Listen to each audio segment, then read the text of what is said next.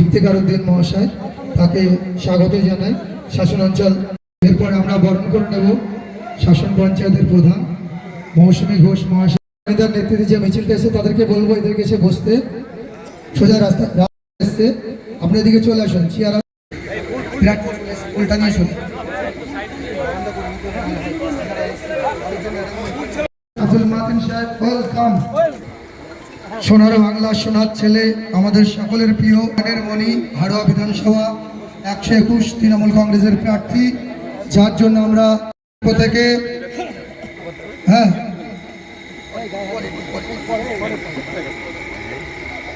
আমাদের সকলকে একবার উত্তরীয়গুলো পড়িয়ে নিতে হচ্ছে। যে সমস্ত অঞ্চল কমিটির নেতৃত্ব আছে সকলকে এবং বুথ সভাপতি তাদেরকে একটু বরণ করে নেওয়ার জন্য অনুরোধ করছি। যে সমস্ত অঞ্চল বরণ করে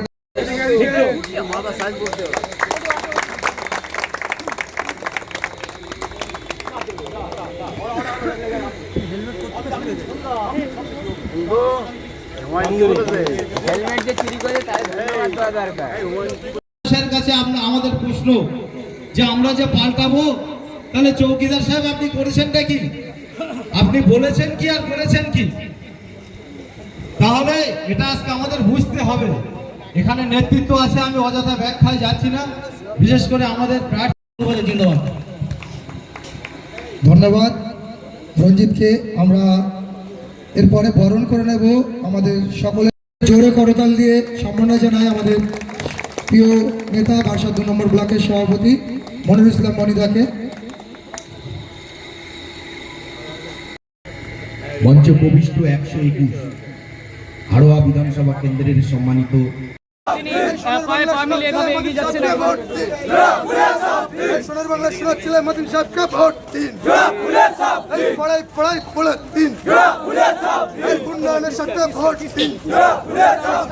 এটা তো গণতন্ত্রের পীঠস্থান পশ্চিমবাংলা। এখানে আমরা দেখি 34 বছর সিপিএমের জমানায় কোনো লাল ঝান্ডা ছাড়া অন্য কোনো ঝান্ডা বারাসাত 2 নম্বর ব্লকে মারা যেত না।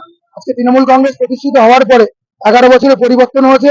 সমস্ত রাজনৈতিক দল তাদের মিটিং মিছিল করবে, এটা তো গণতন্ত্রের নিয়ম। সেক্ষেত্রে সে মিটিং মিছিল করতে পারে, কারণ এই তৃণমূল কংগ্রেসই গণতন্ত্র প্রতিষ্ঠিত করেছে বারাসাত 2 নম্বর ব্লকে। মিছিল মিটিং করছে, আমরাও করছি। মানুষ ভোট দেবে, কারণ মানুষের উন্নয়নের সাথে তৃণমূল কংগ্রেস ছিল, আছে এবং ভবিষ্যতে থাকবে। সেক্ষেত্রে আমরা তৃণমূল কংগ্রেসের সবসময় মানুষের সঙ্গে ছিলাম, আছি, এটাই তো ব্যাপার। দেখো, ওগুলো ভোট আসলে ওটা দেখা যায়, আবার ভোট মেটে গেলে 4 তারিখের পরে সব ঘরে ঢুকে যাবে। কারণ পশ্চিমবাংলায় তৃণমূল কংগ্রেসের উন্নয়নটাই থাকবে। কারণ এখন ওই পতাকা কিনলে পাওয়া যায় দোকান থেকে, তারা 20 টাকার পতাকা এনে রাস্তায় দুটো মেলে আজকে ঘুরে বেড়াচ্ছে, 2 দিন পরে তাদেরকে আর খুঁজে পাওয়া যাবে না। ওই নিয়ে আমরা চিন্তিত নই, কারণ আমরা উন্নয়ন করেছি, মানুষের সঙ্গে রয়েছি। শুধু সময়ের অপেক্ষা। হাড়োয়া 121 বিধানসভায় মাতিন সাহেব জিতছে, সময়ের অপেক্ষা। এবং মমতা বন্দ্যোপাধ্যায় 4র্থবারের মুখ্যমন্ত্রী হচ্ছিল, শুধু সময়ের অপেক্ষা। দৃষ্টান্তমূলক ভাবে কথা বললে মানুষ একটু সহজে বোঝে, আর আমি একটু লেখাপড়াও কম জানি, তাই লেখাপড়া কম জানা মানুষকে কিভাবে বোঝাতে হয় সেটাও একটু জানি। সেই হিসেবে আমি বিদ্যে বুদ্ধি কম বলেই দৃষ্টান্ত দিয়ে বোঝানোটাকে সহজ বলে মনে করি। আর সব জায়গায় যেটা যাচ্ছি, এই যে মিছিল এবং গ্রামের চাঁদা সভা যা হচ্ছে, কৃতিত্ব আমার না, কৃতিত্ব একেবারেই বুথ লেভেলের কর্মী, ব্লক লেভেলের কর্মী যারা, সেই সমস্ত পার্টিবেরিক মানুষেরাই তারাই করে। আমি শুধুমাত্র আসি তাদের একটু সাহায্য।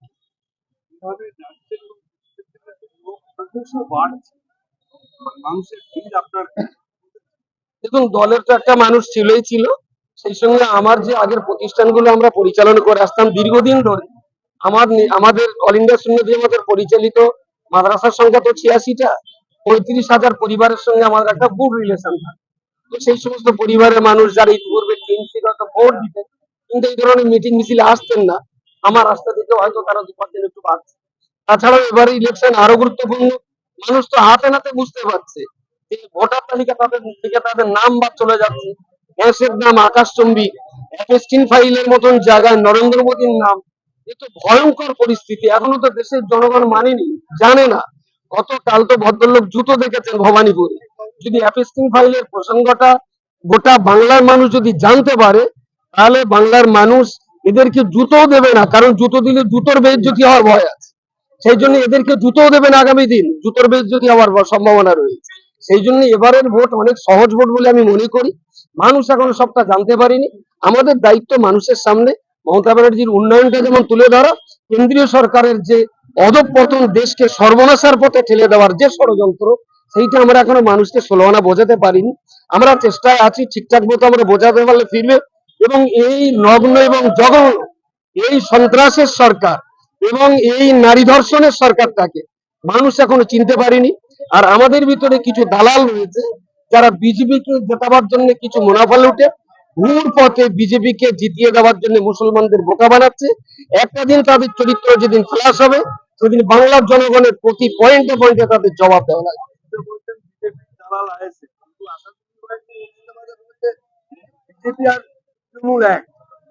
দেখুন, তাহলে এই অঙ্কটা বিহারের গত ইলেকশন দেখলেই পাওয়া যাবে। অল্প অল্প ভোটের মাত্রা যেখানে বিজেপিকে জিতে দেওয়া হয়েছে, কাদের ষড়যন্ত্র আমি কারোর নাম নিতে চাই না, কিন্তু অঙ্ক তো বলে দিচ্ছেন। অমনি বলে দিলাম মেয়ার মধ্যে এক, বললে তো হবে না, অঙ্ক কষে বোঝাতে হবে তো। তাহলে আজকে সবচেয়ে বড় শত্রুকে, ছোটখাটো শত্রুর সঙ্গে লড়াই পরে করা যাবে, আগে তো বড় শত্রুটাকে তাড়াই। তাহলে গোটা ভারত জানে দেশটাকে সর্বনাশ করছে ভারতবর্ষ। অ্যাপেস্টিন ফাইলে গোটা পৃথিবীর মাটিতে ভারতবর্ষের মান সম্মান নষ্ট হয়েছে, নারী ধর্ষণের মান নষ্ট হয়েছে, ক্ষুধার সূচকে ভারতবর্ষের মান সর্বনাশ হয়েছে। এগুলো ভদ্রলোকদের জানা উচিত ছিল। তাই অল ইন্ডিয়া তৃণমূল কংগ্রেসের মেইন টার্গেট হলো আরএসএস বিজেপি। সুতরাং এই প্রধান শত্রুকে দমন করার জন্যই যে পদক্ষেপ নেওয়া উচিত সেই পদক্ষেপ নিয়ে যাচ্ছি। আর যারা বলছেন মমতা ব্যানার্জির সঙ্গে সিপি আপনার আরএসএস এর যোগসূত্র আছে, আসলে এরা আরএসএস এর আমরার খাতাকে আরএসএস এর ঢেকে দিচ্ছে।